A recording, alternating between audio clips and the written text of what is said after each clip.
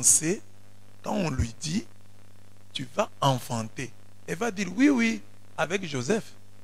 Mais elle ne dit pas ça. Elle dit non, comment cela se fera-t-il, moi je suis vierge? Donc, elle est fille, elle n'était pas quand même naïve. Toi tu es fille, déjà fiancée. Un ange vient te dire, tu concevras et enfanteras. Il ne lui a même pas posé la question, il dit, ah donc, Dieu a déjà vu que je suis avec Joseph. On lui dit, tu vas enfanter. Il va dire, oui, avec mon fiancé. Quand nous serons chez nous, nous allons nous marier. Mais il dit, comment cela se fera-t-il, moi je suis vierge? Il y a quand même déjà un problème. C'est une question qui doit nous faire réfléchir parce que je ne vois pas dans le comportement normal d'une fille à qui est fiancée, on lui dit, tu vas concevoir, tu vas enfanter. Elle devait me dire à l'ange, oui, merci de me dire qu'avec Joseph. Non. Elle dit, comment cela se fera-t-il? Parce que moi je suis vierge. Et l'ange lui dit, l'Esprit Saint viendra sur toi. Et la puissance du Très-Haut te prendra sous son ombre. C'est pourquoi celui qui va naître sera saint. Donc déjà au départ, ce n'est pas n'importe quel enfant que tu vas mettre au monde. Déjà pourquoi Dieu? Parce que quand les gens disent non, Jésus est devenu Dieu après. Pourquoi est-ce que si Jésus doit devenir Dieu après, Dieu accepte qu'il naisse d'une vierge? C'est déjà arrivé où dans l'histoire de la Bible? C'est déjà arrivé où dans l'histoire de l'humanité? Vous voyez où la mauvaise foi mène les gens? Ça c'est la mauvaise foi. Donc, dans l'histoire de l'humanité, c'est une fois que c'est arrivé qu'une vierge puisse concevoir et enfanter.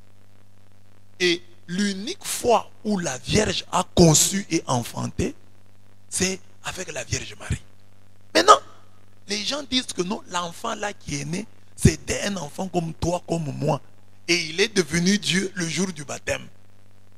Mes frères, mes frères, mes frères, mes frères, vous voyez des choses comme ça? Mes frères, hein? Vous comprenez? Donc si c'était ça, pourquoi Dieu va chercher une vierge? Il y avait beaucoup d'hommes mariés, sérieux, des familles sérieuses. Jésus pouvait naître là, d'abord naître normalement comme tout homme, et puis devenir Dieu à 30 ans. Oh non, celui que Marie a mis au monde n'est pas Dieu. N'est pas Dieu. Mais Dieu va chercher une vierge. Pourquoi? C'est arrivé avec qui? Donnez-nous un seul personnage dans la Bible, dans l'histoire, qui est né d'une vierge. Dieu a attendu seulement Jésus qui puisse naître d'une vierge. Il naît d'une vierge, mais il n'est pas Dieu. Et puis il va devenir Dieu à 30 ans, le jour de son baptême. Si vous n'avez pas la sorcellerie consciente, vous avez la sorcellerie inconsciente. C'est pour ça qu'on peut un peu vous comprendre. Quand Gabriel arrive chez Marie, il prononce des paroles. Marie aussi prononce. Je me suis arrêté à quelques-unes des paroles prononcées. Première parole, quand il arrive, il dit, je te salue. J'en dis, ah, c'est une simple salutation. Vous les catholiques, vous êtes tout le temps, je vous salue Marie, je vous salue Marie. Vous la saluez tout le temps, elle va se fatiguer. Vous avez parlé avec elle. Quand dans le couple là, les gens ne se lassent pas de dire je t'aime, je t'aime. Et Marie se lasserait de nous entendre la saluer. Pour d'autant plus que la salutation là, c'est pas bonjour, c'est kaire. C'est-à-dire réjouis-toi. Et c'est une salutation messianique qu'on trouve en Sophonie 3, 14 à 15, Zacharie 2, 10, Zacharie 9, 9. On dit quoi? Pousse des cris de joie. Kaire, fille de Sion. Pousse des cris d'allégresse. Réjouis-toi, triomphe de tout ton cœur, fille de Jérusalem. L'Éternel a détourné tes châtiments, il a éloigné ton ennemi. Le roi d'Israël est au milieu de toi. Regardez, réjouis-toi, le roi est au milieu de toi. Or, c'est ce que l'ange dit. Parce que le Seigneur vient et habitera au milieu d'elle. Alors, Zacharie 9, 9. Sois transporté d'allégresse, fille de Sion. Pousse des cris de joie, fille de Jérusalem. Voici ton roi vient à toi. Il est juste et victorieux. Il est humble et monté sur un âne, le petit d'une ânesse. On dit ici à la fille de Sion de se réjouir. Pourquoi? Parce que le roi vient à elle. C'est toujours la présence de Yahweh, de Dieu, qui est la cause de la joie. Amen. Or, l'ange vient chez Marie avec le même langage. Kaire. Maria le Seigneur est avec eux. J'ai conclu ici, j'ai dit, à la lumière de tous ces textes, on comprend que Kaïre n'est pas un simple bonjour. C'est une salutation prophétique et messianique. Une invitation à la joie adressée à tout ce qui est théophore. Vous qui portez Dieu, vous qui avez Dieu en vous, réjouissez-vous. Toi qui as Dieu en toi, réjouis-toi. Toi qui as Dieu en toi, réjouis-toi. En fait, c'est une louange, c'est une parole. Hein, pourquoi vous dites ça à Marie? Non, on le dit à Marie, mais on le dit à Dieu. On le dit en fait fondamentalement à Dieu. Dieu, c'est en qui tu y demeures, sont joyeux. Ceux en qui tu demeures doivent se réjouir. Amen. Alors dire à Marie, hein, réjouis-toi, comblé de grâce, le Seigneur est avec toi. C'est en fait dire à Dieu, Seigneur, ceux en qui tu demeures sont joyeux. Ceux qui te portent sont joyeux. C'est ça que ça veut dire. C'est pourquoi Marie s'étonne. Marie est bouleversée. Si c'était une simple salutation, elle ne serait pas bouleversée. Salue un peu ton voisin là, dis-lui bonjour. Il est bouleversé. Je trouve normal. D'ailleurs, il n'a même pas envie d'accepter. Il y a des fois, vous saluez les gens comme ça, ils n'ont pas envie. Ils trouvent que vous les dérangez. Mais cette salutation qui a bouleversé Marie n'est pas n'importe quelle salutation. Amen. Amen. Mais regarde ton voisin. Dis-lui, réjouis-toi, Dieu est en toi. La question, comment tu le sais? La question, comment toi tu sais que Dieu est en moi? Tu l'as vu? Ici, c'est parce que nous sommes à l'église et que je prêche. Imaginez que vous êtes en cours de route, quelqu'un vous voit là, vous salue. Sœur, réjouis-toi, Dieu est en toi. Tu vas dire merci. Mais pourquoi est-ce que vous dites ça? Qu'est-ce que vous avez vu? Chacun voudrait même qu'on lui explique. Hein? Réjouis-toi ma sœur, Dieu est en toi. Comment vous l'avez su? Vous allez vouloir qu'on vous explique. Alors Marie est bouleversée parce que Dieu est en moi. Dieu est en moi. Ce n'est pas n'importe quelle salutation. C'est une salutation qui a une histoire. Et Marie, comme elle vient du peuple de la Bible, elle doit avoir entendu ses parents lire, elle-même doit avoir lu. On dit, pousse des cris de joie, fille de Sion, le Seigneur est en toi. Et voilà, l'ange vient, l'ange lui dit, pousse des cris de joie. Extrêmement favorisé, le Seigneur est en toi. Deuxième parole de l'ange. L'ange dit, comblé de grâce. Que caritomene, comblé de grâce. Luc 1, 28. Le mot que caritomene fait débat entre protestants et catholiques. Louis II traduit de manière tendancieuse. Toi à qui une grâce a été faite. Mais il convient de dire comblé de grâce, pleine de grâce. D'ailleurs, j'ai une version nouvelle de Louis II. Il a dit, on ne dit plus toi à qui une grâce. On dit toi qui as reçu la grâce. On ne dit plus une grâce. On dit la grâce. Et dans Kekaritomene, il y a l'idée de plénitude. Du reste, ce terme est employé par l'ange comme un nom propre. Donc, l'ange sait que Marie s'appelle Marie. Mais quand il vient, il la salue. Il ne dit pas, je te salue Marie. Kaire Kekaritomene. Bonjour. Ça devient son nom. Comme l'ange, quand il est venu, il a salué Gédéon. Il dit, Dieu est avec toi, vaillant héros. Et ce sont les protestants qui ont chanté au Congo qui disent, oh, Gédéon s'est demandé, moi je ne me suis même pas battu dans le quartier. Encore suis-je vaillant. Alors, ton vrai nom vient du ciel. Et le nom de Marie du ciel, c'est Kekaritomene. Et les témoins de Jéhovah traduisent là et disent extrêmement favorisé. Les témoins de Jéhovah sur ce point-là, ils ont un peu raison parce que voulant traduire littéralement, ils ont dit extrêmement favorisé. Ils ont vu qu'à l'intérieur de Kekaritomene, il y a l'idée de plénitude. Et l'idée de plénitude, parce qu'ici, entre protestants et catholiques, les témoins de Jéhovah viennent jouer le rôle d'arbitre. on peut prendre leur tradition comme une tradition qui vient arbitrer le match. Eux ne sont pas pour les catholiques qui nous critiquent, ils sont proches des protestants, mais quand ils traduisent, ils disent salut extrêmement favorisé. Ce ne sont pas nos frères les témoins de Jéhovah quand même. Ils n'ont pas fait ça, ils n'ont pas traduit ces textes-là pour nos beaux yeux.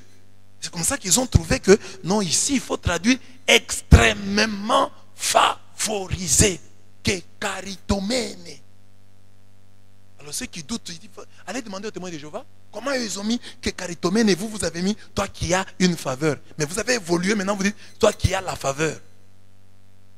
Vous évoluez vous-même, c'est que vous voyez que vous êtes en erreur. Alors on dit, le fils qui va naître, c'est le fils du Très-Haut. Je l'ai dit ici. Parce que les gens, non, Jésus est devenu fils de Dieu. Il est devenu Dieu 30 ans après, le jour de son baptême. Qui te dit d'abord qu'il a été baptisé à 30 ans? Tu as un texte qui dit ça, que Jésus a 30 ans. Tu supposes. C'est ça que la tradition t'a appris. Ce n'est pas écrit dans la Bible. Dans la Bible, on ne dit pas Jésus à 30 ans s'est fait baptiser. Ça, c'est la tradition. Parce que vous doutez de la tradition. Mais montrez-nous un verset qui dit à 30 ans, Jésus s'est rendu chez Jean-Baptiste pour être baptisé. C'est la tradition qui dit que Jésus il est mort à 33 ans. Il n'y a aucun texte de la Bible qui dit ça. C'est la tradition catholique là que vous contestez, qui vous a dit 30 ans, il est baptisé, 3 ans après il meurt. Mais vous n'avez aucun texte qui dit Jésus avait 31 ans, Jésus avait 33 ans et il mourut à 33 ans. Vous avez un texte? Qui se souvient avoir un texte comme ça? Jésus mourut à 33 ans. Vous avez déjà lu ça? Même dans vos versions là. Pourquoi des choses sont de la tradition? Là les gens ne demandent pas les versets. Là, les gens viennent demander le verset. Montrez-nous le verset où il s'est dit il a été baptisé à 30 ans. Alors à 30 ans, c'est là qu'il devient Dieu. C'est là qu'il se fait baptiser. Mais pourquoi il est né d'une vierge? Il est né d'une vierge pour rien. Tu connais une autre personne née d'une vierge? Dans la Bible ou dans ta famille? Les catholiques sont des gens qui aiment tellement Jésus. C'est comme tu as trouvé une femme qui dit qu'elle t'aime. Une femme peut te dire ça. Je t'aime, mais je n'aime pas ta mère. Ça, ce sont les protestants, les pentecôtistes. Vous voyez, cette femme-là, c'est une femme, non? Elle dit qu'elle t'aime. Mais elle dit, moi, seulement toi et moi. Mais ta maman, je ne veux pas la voir ici. C'est une bonne femme? C'est une bonne femme? Une bonne femme doit faire quoi? Elle doit t'aimer et aimer ta mère. Mais alors, une femme qui t'aime aimera ta mère. C'est ça le catholique. Vous comprenez? Vous comprenez? C'est ça. Il y a des femmes qui t'aiment, qui a ta photo, mais qui refusent la photo de ta maman. Il dit que ta maman est sorcière. C'est ça les protestants, ça les pentecôtistes. Ils disent que Marie c'est une sirène. C'est ça. Donc, toi tu l'as épousée, mais elle qualifie ta maman de sorcière, des démons. Cette Marie c'est un démon. Mais les catholiques, c'est ça l'épouse, c'est l'église, l'épouse du Christ. Elle dit, j'aime le Christ. Et cet amour est tellement grand en moi qu'il déborde jusqu'à toucher à sa mère, jusqu'à toucher à ses frères, jusqu'à toucher à ses sœurs. C'est ce que dans l'église catholique, vous voyez, les catholiques, nous aimons Jésus, mais nous honorons Pierre, nous honorons Jean, nous honorons Jacques. Tous ceux qui ont été autour de Jésus, ce ne sont pas n'importe qui. Hein? Il faut les prendre au sérieux parce que Jésus les a aimés. C'est ainsi que nous portons les noms des apôtres. Nous portons les noms des saints. Parce que ces gens-là sont liés à Jésus. Sont des amis de Jésus. Tout chrétien normal devrait être catholique. Vous ne trouvez pas? C'est-à-dire que le chrétien normal, c'est lui qui aime Jésus et qui aime sa mère. Comment toi tu aimes Jésus, tu refuses sa mère? Et puis tu parles mal de sa mère. Prenons même le cas. Si toi tu dis que tu m'aimes, moi Abbé Blaise. Ah, ma Abbé Blaise, comme votre chrétien, toi notre pasteur, je vous aime. Ok. Bon. Maintenant, il y a Roméo qui commence une nouvelle doctrine, qui commence à enseigner que ma maman est une déesse, par exemple. Est-ce que parce que Roméo dit ça, toi tu vas haïr ma mère? Tu vas dire ma mère? Tu vas dire ça, c'est ce que Roméo, mais la maman de M. l'abbé, c'est ma maman. Même si Roméo raconte des histoires, même si Roméo a exact, mais qu'est-ce qu'on remarque dans le monde des chrétiens? Puisque les catholiques disent que Marie est la mère de Dieu, eux viennent dire Marie est un démon. Ça ne s'explique pas. Et dans la Bible, on a des gens qui ont commis des crimes, mais ils sont en bonne odeur auprès des sectaires. Comme Samson. Il a fait quoi? Sinon frapper les gens. Quand on dit aux sectaires que le Dieu de Samson te bénisse, ils sont contents. Dites seulement à un sectaire que le Dieu de Marie te bénisse. Il faut voir, il va se refroidir. Il peut même refuser. Est-ce que Marie a un Dieu? Il m'a même dit, votre mari là où vous n'êtes pas la Marie de la Bible, c'est une autre Marie. Toi tu es Dieu. Tu sondes les reins et les cœurs. Tu sais de quelle Marie moi je parle, parce que toi tu es Dieu. Et je dis bien, Sainte Marie, Mère de Dieu. Et j'ai dit, je vous salue Marie, pleine de grâce. Le Seigneur est à. Vous êtes bénie entre toutes. Et Jésus, le fruit de vos... Jésus est le fruit, hein? Et si Jésus est le fruit, Marie est l'arbre. Et Jésus le fruit, donc Marie est l'arbre. On ne peut pas manger le fruit et négliger l'arbre. Jésus, le fruit de vos entrailles, est béni. Et on ajoute, Sainte Marie, Mère de Dieu, priez pour nous, nous qui sommes pauvres pécheurs, maintenant et à l'heure de notre mort. Amen.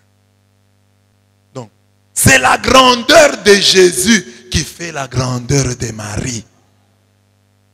Plus grand est le Fils, plus grande est la Mère. C'est tout à fait logique. Vous les catholiques, que personne ne vous arrache à votre dévotion mariale. Et n'ayez pas une dévotion mariale hésitante. Oh non, moi je ne sais pas. À force d'entendre les sectaires, vous commencez à... Non, je vous ai déjà expliqué si facilement pour qu'un catholique comprenne la dévotion mariale. Tu as, comme je viens de dire ici, tu as un mari. Ce mari a une mère. Est-ce que cette belle mère-là ne joue-t-elle pas un rôle dans cette relation? Elle va jouer. Pour nous les hommes, elle peut jouer un rôle soit positif, soit négatif. Mais Marie, comme elle est la pleine de grâce, ne jouera qu'un rôle positif. Et quel est le rôle que nous lui donnons? Un rôle d'intercesseur. Elle prie pour nous. C'est ce que nous disons dans « Je vous salue Marie », pleine de... Priez pour nous. Elle prie pour nous. Amen. Alors, Marie dit, ça c'est l'ange qui a terminé, et Marie dit aussi deux mots. Comment cela va-t-il se faire puisque je suis vierge? J'ai déjà analysé ça. J'ai dit, Marie n'exprime pas un doute, mais un étonnement. Elle accepte d'être dépassée. D'ailleurs, dans son humilité, elle n'affirme sa virginité qu'à la négative. Je ne connais pas d'homme. C'est nous qui traduisons, je suis vierge. Elle dit, et elle dit, je ne connais pas d'homme. Comment cela va-t-il se faire? Je ne connais pas d'homme. C'est intéressant de constater que le chapitre 1er de Luc rapporte deux conceptions miraculeuses. Celle d'une ménopausée et celle d'une vierge. Une manière de dire que Dieu agit très tôt et même trop tard. Il est le Dieu des plus précoces, mais aussi celui des plus tardives. Je l'ai déjà dit. Alors, d'abord, ça, j'interpelle les jeunes filles. Tu es parfois une jeune fille. 1. Tu n'es pas aussi belle que Marie. 2. Tu n'es pas aussi sérieuse que Marie. 3. Tu es entré dans une secte. 4. On critique Marie, toi aussi tu critiques. On critique Marie, toi aussi tu parles. Si tu ne sais pas la respecter pour son statut de mère de Dieu, respecte-la même pour sa virginité que tu n'as pas ou que tu n'as plus. Respecte quand même Marie. Si belle et si vierge. Toi, tu n'as pas de fiancé. Tu n'es plus vierge. Tu as perdu la virginité avant d'avoir le fiancé.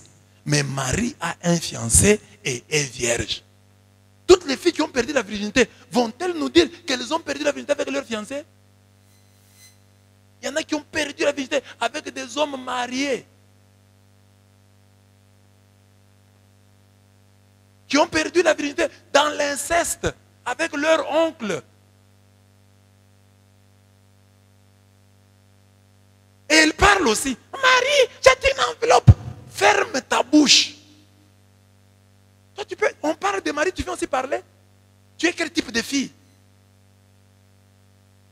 Tu as mené une vie dont tu ne peux raconter même pas un seul épisode. Si tu peux dire quelque chose de bien, c'est quand tu étais inconsciente. Depuis que tu es devenue consciente, tu n'as fait qu'entasser des péchés. Ah, Marie. Tu parles de Marie, toi. Tu t'es regardé? Oh, Marie, Marie, tais-toi. Quand on parle d'elle, tais-toi, dis-toi, ah, moi je suis une femme, hein, mais elle, non, toute belle, toute vierge, toute fiancée à un bel homme, mais toujours vierge. Que je la respecte. Toi, là où tu es épousé, c'est là que tu as perdu la virginité. Diego Cao, l'homme qui a découvert l'embouchure, est parti. C'est lui avec qui tu vis là. C'est Stanley, c'est Livingstone. Et tu parles de la Vierge Marie. Tais-toi. Je ne parle pas seulement des filles. Même toi, homme. Aujourd'hui, tu es pasteur. Mais avant de devenir pasteur, tu t'es dévergondé, dévergondé, dévergondé, dévergondé. Tu as déviergé, déviergé et déviergé.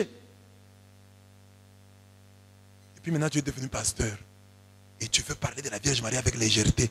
Que ton passé te rende humble. Que tu dises, ah, moi avec mon passé ici, je ne peux pas parler de cette femme avec autant de légèreté. Dans ma laideur physique et bon, enfin, totale, elle dans sa beauté totale, vierge, l'ange descend du ciel et la salue. L'ange descend du ciel et lui dit, réjouis-toi, comblé de grâce. Elle a peut-être 17 ans, hein? 17 ans, 18 ans. À cet âge-là, on dit, comblé de grâce. Le Seigneur est avec toi. Toi, à 18 ans, on pouvait te dire ça. À 18 ans, tu étais dans les boîtes de nuit. Mais c'est ça que tu nous dis. Tu étais même féticheur. Il y a même des pasteurs, des anciens féticheurs, des rosicruciens, des anciens féticheurs qui viennent. Oh, moi j'étais féticheur. Et un féticheur se met devant. Il critique la Vierge Marie. Féticheur! Féticheur! Qu'est-ce qui nous dit que tu as abandonné les fétiches? Tu dois avoir quand même un peu de retenue. Dire, hey, je ne peux pas parler avec autant de légèreté de la mère de Dieu. Car c'est ainsi qu'Élisabeth l'appelle sous la motion du Saint-Esprit. Qui suis-je pour que la mère de mon Seigneur vienne jusqu'à moi? Il faut quand même avoir du respect. J'ai dit à une fille comme ça à Kinshasa, elle parlait avec légèreté de Marie, je lui demande, tu es encore vierge? Ah, le problème n'est pas là. Je dis, tu es encore vierge? Le problème n'est pas. Réponds. Tu vois, respecte Marie même pour sa virginité. Elle est plus belle que toi, de loin plus belle que toi. Elle était fiancée et elle a gardé sa virginité. Toi, tu dois avoir perdu ta virginité avec un élève de 5e primaire. Sans avenir, sans quoi, en 5e primaire, là, vous avez perdu ensemble et votre virginité, je ne sais pas quoi. Il ne faut pas insulter les gloires.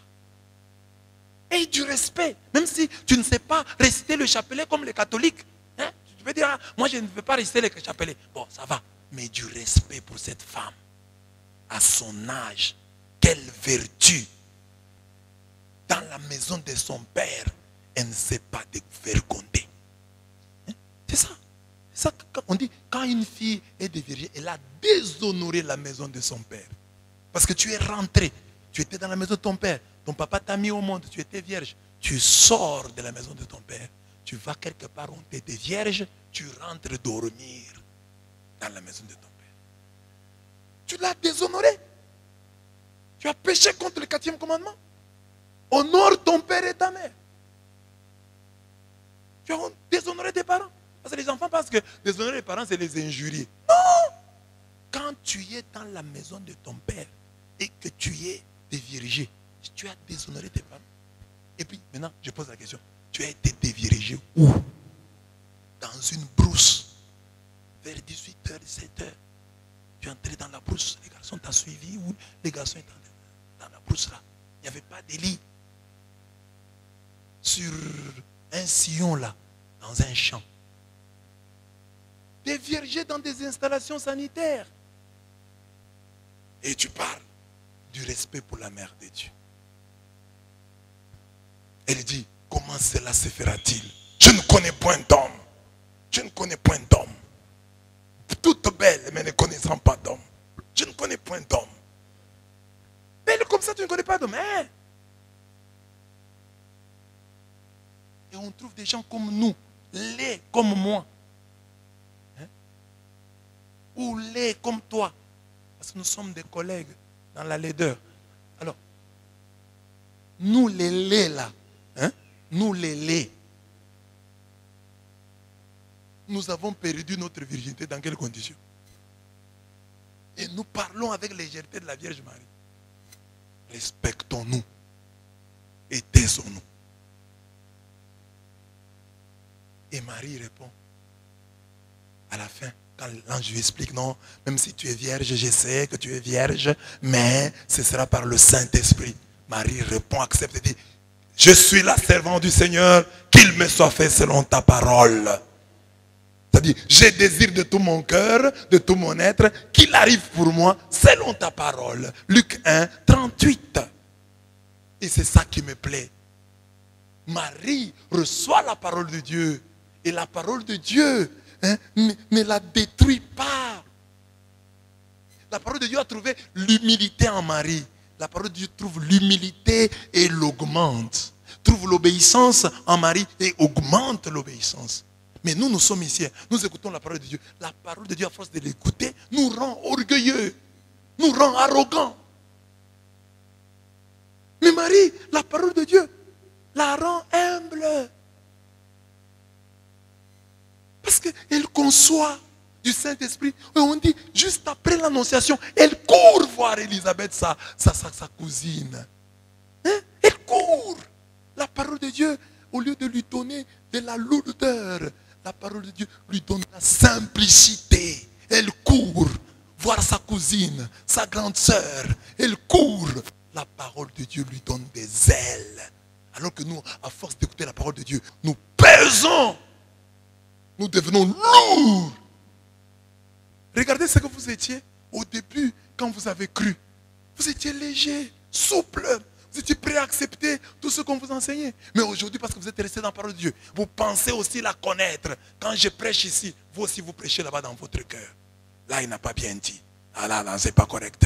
Oh là, c'est pas comme ça. Et la parole, au lieu de vous aider à vous améliorer, la parole vous pousse à vous détériorer. Parce que la parole de Dieu est venue chez Marie avec des mots, des beaux mots. Dieu ne dit pas Marie. Marie! Non. Kairé. Et Karitomé aimé. Le Seigneur est avec toi. Ce sont des paroles. Ici, dans cette église, tu commences à louer quelqu'un. Blandine, c'est une belle fille, une bonne fille. Elle est gentille. 3 mois après, tu ne vas plus reconnaître la Blandine. Elle va devenir orgueilleuse. C'est nous qui faisons que la parole se soit.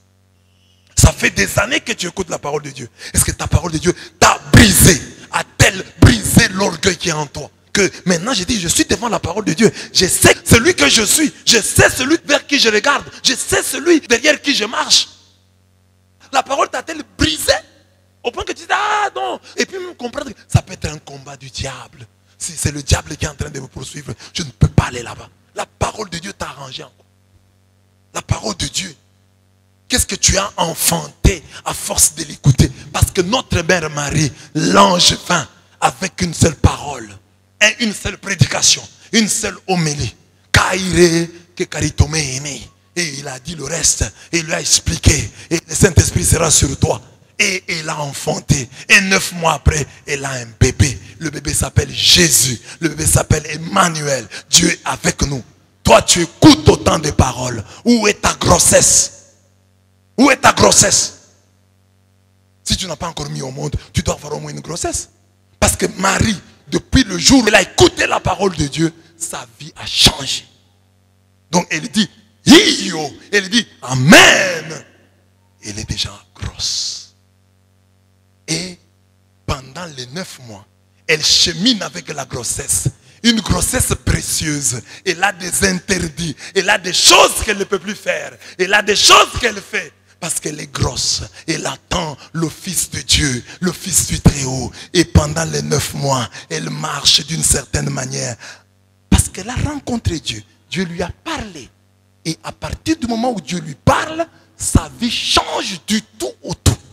Regarde, elle était chez elle. Et va chez Élisabeth. Et chez Élisabeth, elle chante les Magnificats. Mon âme exalte le Seigneur. Exulte mon esprit en Dieu mon Sauveur. Elle dit au milieu, désormais, tous les âges me diront bienheureuse. Elle dit, cette parole a changé tout le cours de ma vie. Même après avoir mis au monde, ma vie ne sera plus la même. Ma vie ne sera plus la même. Je ne peux pas reprendre mon ancienne vie. Parce que maintenant, toutes les générations, tous les âges me diront bienheureuse. Tous les âges ont les yeux braqués sur moi. Et cette prophétie qui s'accomplit dans l'église catholique et dans toutes les églises où Marie est honorée et respectée. Toutes les générations me diront bienheureuse. Mais ça a commencé où? Le jour où elle a dit, je suis la servante du Seigneur, qu'il me soit fait selon ta parole. Depuis ce jour-là. Mais toi, tu as dit combien d'amen? Amen, amen, amen. Et toi, je crois que quand tu dis amen là, c'est pas amen de la Bible là, c'est amen. Amen, du verbe amener.